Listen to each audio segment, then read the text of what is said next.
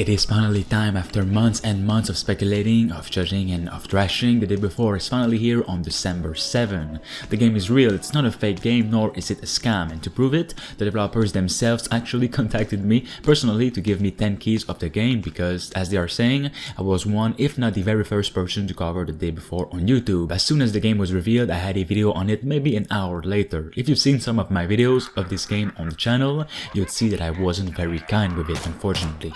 I had a lot of things to say concerning how they handled the game's marketing and how fake the gameplay looked in a lot of instances, which I do believe it is still fake in some parts, like some kind of tech demo created only to gain people's interest. We're just a little time away from release and you couldn't convince me that this gameplay on screen is 100% real, but yes, some of it might be the real deal as well, because I have the game right now as we speak in my Steam library. It's the real deal, it's actually there and ready to be played, but I do feel that a lot of it is actually real, but it'll be heavily downgraded in some parts, as we can see in later gameplay compared to the first gameplay and the second one, etc. Right now we have new details on what we'll be experiencing in the day before, plus I'm giving away 3 keys of the game in this video. All you have to do is like the video and comment your Steam username, and I'll be picking the winners just hours before the game releases and send them a key. I will also be doing an official gameplay video / review of the game once it releases, and that is where I'll be giving my full thoughts on it,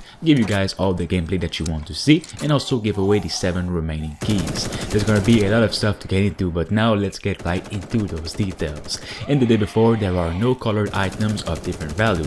Everything is said to be real. Weapons act as in real life. A light bulletproof vest will only save you from a pistol. Boots will not give you protection from shots. It is important for them to give the player maximum immersion in the world of post-apocalypse. Travel off-road, need the mud, but be careful, because it is said that if you get stuck, you will become an easy prey. The car can either save your life or become a trap. You need to keep an eye on the fuel as well, otherwise you can stall at the most inconvenient moment. They have carefully approached the details of the game. For example, in order to fill up the fuel, you need to pick up a canister and really pour it into the tank of the car, the same way that the car is repaired. You have to go out and fix it. The game will include not only ordinary cars, but also armored vehicles and sports cars. Here's a scenario they created. You are walking together with friends along the lifeless streets of the city, and skyscrapers once filled with people hang over you. You have the best assault rifles, and then you and your friends suddenly see a running unarmored vehicle ahead that notices you. To deal with such an enemy, you need a completely different approach. So for now, you'll need to stay hidden and run.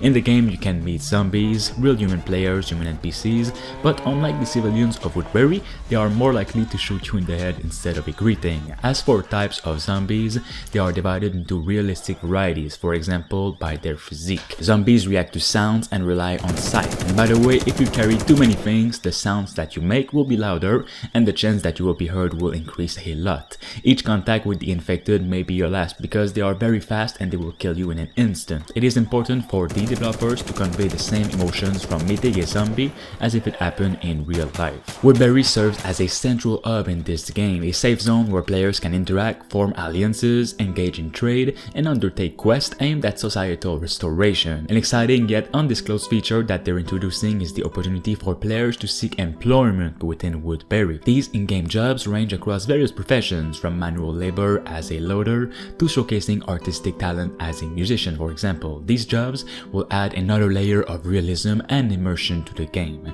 And beyond these activities, they've also introduced immersive relaxation elements to enrich the player experience. They offer a sauna where players can unwind and enjoy memorable interactions with other players through the voice chat, and you can also hang out in the bar for casual conversations or hit the gym to work on their in-game fitness and talk to players there.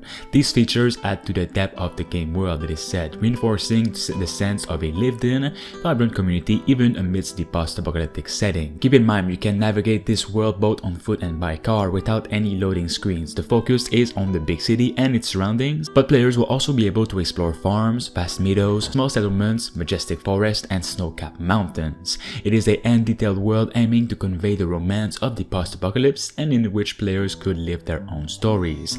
With this description, I hope it's not a lie and all of these locations and gameplay features will actually be available at launch, and it won't be heavily downgraded, I hope. This game is filled with such secrecy, but not necessarily the best kind of secrecy. Still, I'm excited, and make sure you guys stay tuned for the next day before video for an Evening Baker giveaway and an actual unedited gameplay finally.